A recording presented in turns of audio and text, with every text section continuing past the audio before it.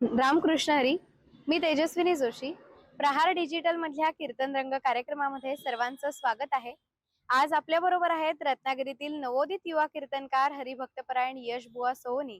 तर त्यांचं देखील आपण प्रहार डिजिटल मध्ये स्वागत करूया. नमस्कार. नमस्कार. नेहमीच आपल्या गप्पांची सुरुवात एका अभंगाने होते, तर आज देखील आपण आपल्या गप्पांची सुरुवात छानशा अभंगाने करूया.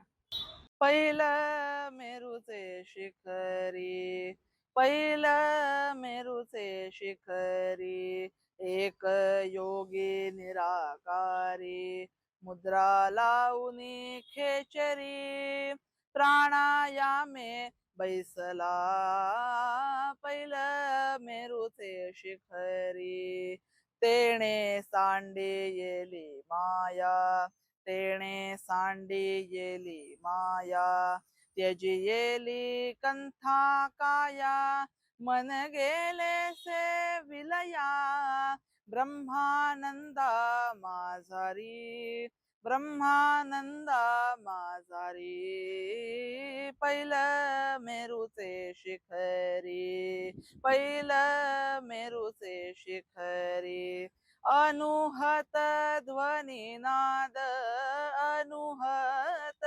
ध्वनिनाद, तो पावला परमपद, उन्मनी तुर्या विनोद, छंदे छंदे डुलतसे, छंदे छंदे डुलतसे, पहिलं मेरूचे शिखरी, ध्यान गोदावरीचे तिरी, स्नान करी पांचाळेश्वरी, ज्ञानदेवाचे अंतरी, दत्तात्रेय योगिया, दत्तात्रेय योगिया, पहिलं मेरूचे शिखरी, पहिलं मेरूचे शिखरी, मेरूचे शिखरी, मेरूचे शिखरी. सुरुवात खूपच छान झाली. तर आताच 2 वर्षापूर्वी कीर्तन या क्षेत्रामध्ये तुझं पदार्पण झालं. तर कसा सुरू झाला हा कीर्तनाचा प्रवास? श्रीराम.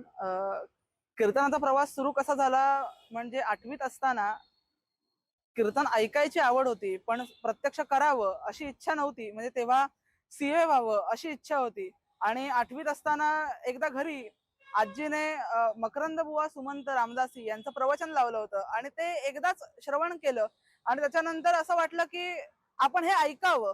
म्हणून नंतर खूप वेळा ती प्रवचन श्रवण केली. कोरोनाच्या काळामध्ये खूप ऐकलं गेलं. भागवताचं असेल, गुरुचरित्राचं असेल, अनेक असं श्रवण झालं आणि त्याच्यानंतर दृढ झालं की आता आपल्याला कीर्तनच करायचंय, प्रवचनच करायचंय, याच मार्गाला जायचंय, आता बाकी काही करायचं नाही, याच मार्गाला जाऊन कीर्तन प्रवचन पुढे न्यायचं अशी इच्छा निर्माण झाली. आणि 2 वर्षापूर्वी आषाढी एकादशीला प्रत्यक्ष देवरुखाच्या विठ्ठल मंदिरामध्ये पहिलं कीर्तन केलं आणि त्याच्यानंतर आता भगवंताच्या कृपेने कीर्तन चालू आहेत.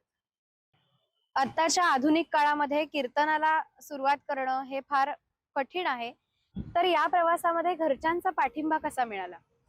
घरच्यांचा पाठिंबा म्हणजे सुरुवातीला थोडंसं होतं की कीर्तनामध्ये जाऊन कसं होणार, तुझं करिअर कसं होणार, पण हळूहळू सुरुवात व्हायला लागल्यानंतर मग त्यांनाही पटलं आणि आता पूर्ण पाठिंबा मला घरच्यांचा सगळ्यांचा आहे.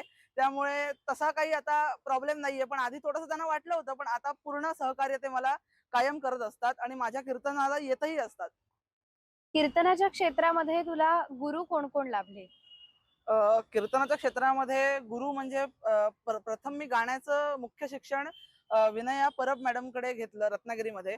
आणि त्याच्यानंतर कीर्तनाच्या गुरूंसाठी मला महेश बुवा काणे चिपळूण हे लाभले आणि बुवानी आम्हाला जवळ केलं आणि बुवा इतकं समजावून सांगतात की एक शंका सुद्धा विचारली तरी बुवा ती शंका सुटेपर्यंत आम्हाला मार्गदर्शन करतात. आणि बुवांचं वैशिष्ट्य असं आहे की बुवा प्रवासामध्ये जरी असतील आणि आम्ही फोन केला की बुवा हे अडतंय, तर बुवा प्रवासात असतानाही रेकॉर्डिंग पाठवतात किंवा ती शंका दूर करतात. त्यामुळे असे महेश बुवा मला गुरु म्हणून लाभले, हे माझं भाग्य आहे. अरे वा, खूप छान मार्गदर्शक तुम्हाला लाभले आहेत. तर कीर्तनामध्ये महत्वाचा विषय तो म्हणजे संत असतात. तर संतांचं मार्गदर्शन हे आजच्या काळात किती महत्वाचं आहे? संतांचं मार्गदर्शन आजच्या काळाला उपयुक्त आहे. कसं तर संत आपल्याला कायम जागवत असतात. जगाच्या कल्याणा संतांच्या विभूती असं म्हटलं जातं. संत सगळ्यांना जागवण्याचं काम करत असतात आणि कीर्तनातूनही आम्ही त्यांचंच काम करतोय. आजच्या काळामध्ये संत उपयोगाचे आहेत का? तर आपल्यावर संकट येतात. आपल्याला हल्ली टेन्शन नावाचा एक रोग जडलेला असतो. तर त्या टेन्शन मधून बाहेर काढण्यासाठी संत आपल्याला मदत करतात. संत आपल्याला कायम शिकवतात की संकटांवर मात करायला शिका.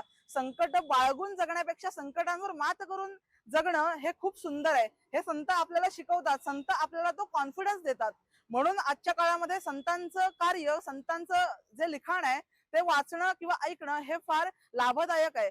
समर्थांनी सुद्धा सांगितलं की भवाच्या भये काय भीतोसी लंडी. लंडी म्हणजे घाबरटा. धरी रे मना धीर धाकासी सांडी. रघुनायका सारिका स्वामी शिरी. नुपेक्षी कदा कोपल्या दंडधारी. संत आपल्याला कायम कॉन्फिडन्स देत असतात.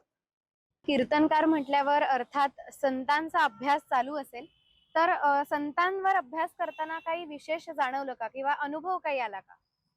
संत चरित्र वाचत असताना एक गोष्ट कायम लक्षात येते की संतांनी आपल्याला कायम काही ना काहीतरी करायला सांगितलंय. नुसतंच बसा किंवा नुसतंच एका जागी बसून नाम घ्या किंवा एकच काहीतरी साधन करत राहा असं सांगितलं नाही. संतांनी आपल्याला काही ना काही करत राहायला सांगितलंय. भगवंताची भक्ती करा म्हणून आपल्याकडे नवविध भक्ती दिल्या आहेत, त्या संतांनी करायला सांगितल्या. आपण जेव्हा एखादी गोष्ट कृतीमध्ये आणतो तेव्हा ती भक्ती अजून श्रेष्ठ होते, असं संत चरित्र वाचताना कायम लक्षात येतं. आणि संत चरित्र वाचतानाचा अनुभव एकच आहे की संत चरित्र वाचताना मनाला शांतता मिळते आणि काहीतरी नवीन त्यातून शिकायला मिळतं. असा अनुभव कायम संत चरित्र वाचताना येतो. प्रपंचामध्ये राहून परमार्थ करावा असं संतांनी मार्गदर्शन केलं, तर ते कसं केलं? प्रपंचामध्ये राहून परमार्थ कसा करायचा हे संतांनी मार्गदर्शन केलं. त्यामध्ये गोंदवलेकर महाराजांचं वाक्य आहे की प्रपंच ही परमार्थाची प्रयोगशाळा म्हणून वापरा. तर कसं काय प्रपंचामध्ये परमार्थ कसा करणार? तर प्रपंच करत असताना आपण जी प्रत्येक गोष्ट करतो ती भगवंतासाठी करतोय हा भाव ठेवून संतांनी केली. म्हणजे मी जरी नैवेद्य करतोय तर तो भगवंतासाठी करतोय. मी जेवण करतोय ते भगवंतासाठी करतोय. मी चालतोय तर ते भगवंतासाठी चालतोय. स्वामी स्वरूपानंद सुद्धा आपल्याला सांगतात की बोले न ते होवो तुझ्याची स्तवन, चिंती न ते ध्यान होवो तुझे, घडे जो व्यापार तीच तुझी पूजा, होवो केशी राजा स्वामी म्हणे. की प्रपंचामध्ये कार्य करत असताना आपलं काम व्यवस्थित करत असताना भगवंताचं चिंतन करणं आणि भगवंताने आपल्याला जे काम दिलंय ते व्यवस्थित करणं हाच प्रपंचात राहून परमार्थ आहे. म्हणजे आपण जर एखादं काम करतोय तर ते भगवंतासाठी करतोय. आपण जेवण करतोय तो नैवेद्य म्हणून करावा. आपण जर चालतोय तर ती तीर्थयात्रा व्हावी. आपण कपडे धुतोय तर ते भगवंताची वस्त्र धुतोय हा भाव ठेवून करावा. म्हणजेच प्रपंचामध्ये परमार्थ आपोआप येतो, वेगळं काही करावं लागत नाही. समर्थही सांगतात की प्रपंच करावा नेटका आणि मग घ्यावे परमार्थ विवेका, असं संतांनी आपल्याला शिकवून दिलंय. आता आपण म्हटलं त्याप्रमाणे की आपण जे करतोय ते भगवंतासाठी करतोय असं मानून करावं, तर मग संत आणि भगवंत यामध्ये काय फरक आहे? भगवंत आणि संत यांच्यामध्ये तसा फरक काहीच नाही. ते मनाने एकच आहेत, आतून एकच आहेत, पण बाहेरून त्यांची शरीरं वेगळी आहेत. ब्रह्मसूत्राप्रमाणे बघितलं तर अविभागेन दृष्टत्वात म्हणजे त्यांची मन ते आतून एकच आहेत, बाहेरून वेगळे दिसतात. माऊली आपल्याला सांगतात तया आम्हा परस्परे बाहेर नामाचीच अंतरे, आतू वटो वस्तू विचारे मी तेची ते. म्हणजे आम्ही आतून एकच आहोत, फक्त बाहेरून शरीर वेगळी आहेत. कारण भगवंत संतांच्या रूपामध्ये काय येतो? तर भगवंताला जे भगवंत रूपामध्ये करता येत नाही ते तो संत रूपामध्ये करतो. संतांचा अवतार कशासाठी? तर उद्धराया जन जड जीव. ज्ञानेश्वर माऊलींनी हरिपाठ लिहिला, ज्ञानेश्वरी लिहिली, तो आपल्या जनांचा उद्धार केला. ज्ञानेश्वर माऊलींनी रेड्यामुखी वेद बोलवला, तो जीवाचा उद्धार केला. आणि ज्ञानेश्वर माऊलींनी भिंत चालवली, हा जडाचा उद्धार केला. म्हणून संत आणि भगवंत हे एकच आहेत, फक्त बाहेरून त्यांची शरीरं वेगळी आहेत. खूप छान संकल्पना स्पष्ट केल्यात, तर त्यासाठी धन्यवाद. तर पुढील कीर्तन प्रवासासाठी तुम्हाला खूप खूप शुभेच्छा. धन्यवाद. आपल्या गप्पांची सुरुवात एका छान अभंगाने झाली, तसंच आपल्या गप्पांचा शेवटही आपण एखाद्या छान अभंगाने करूया. आम्ही जाणो गुरुचे पाय, पाय जाणो गुरुचे पाय, योगन जाणो मुद्रा नेणो, योगन जाणो मुद्रा नेणो, नेणो अन्य उपाय, नेणो अन्य उपाय,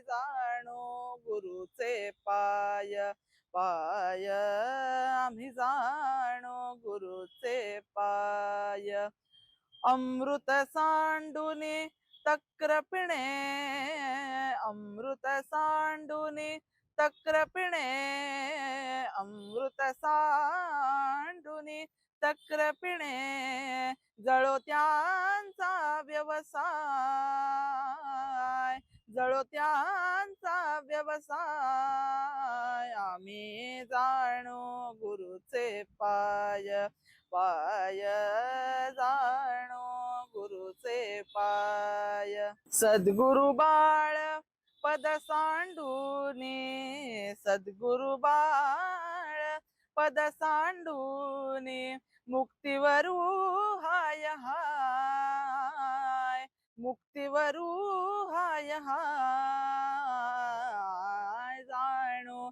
गुरुचे पाय, पाय आम्ही जाणो गुरुचे पाय, पाय आम्ही जाणो गुरुचे पाय, जाणो गुरुचे पाय, जाणो गुरुचे पाय. श्रीराम.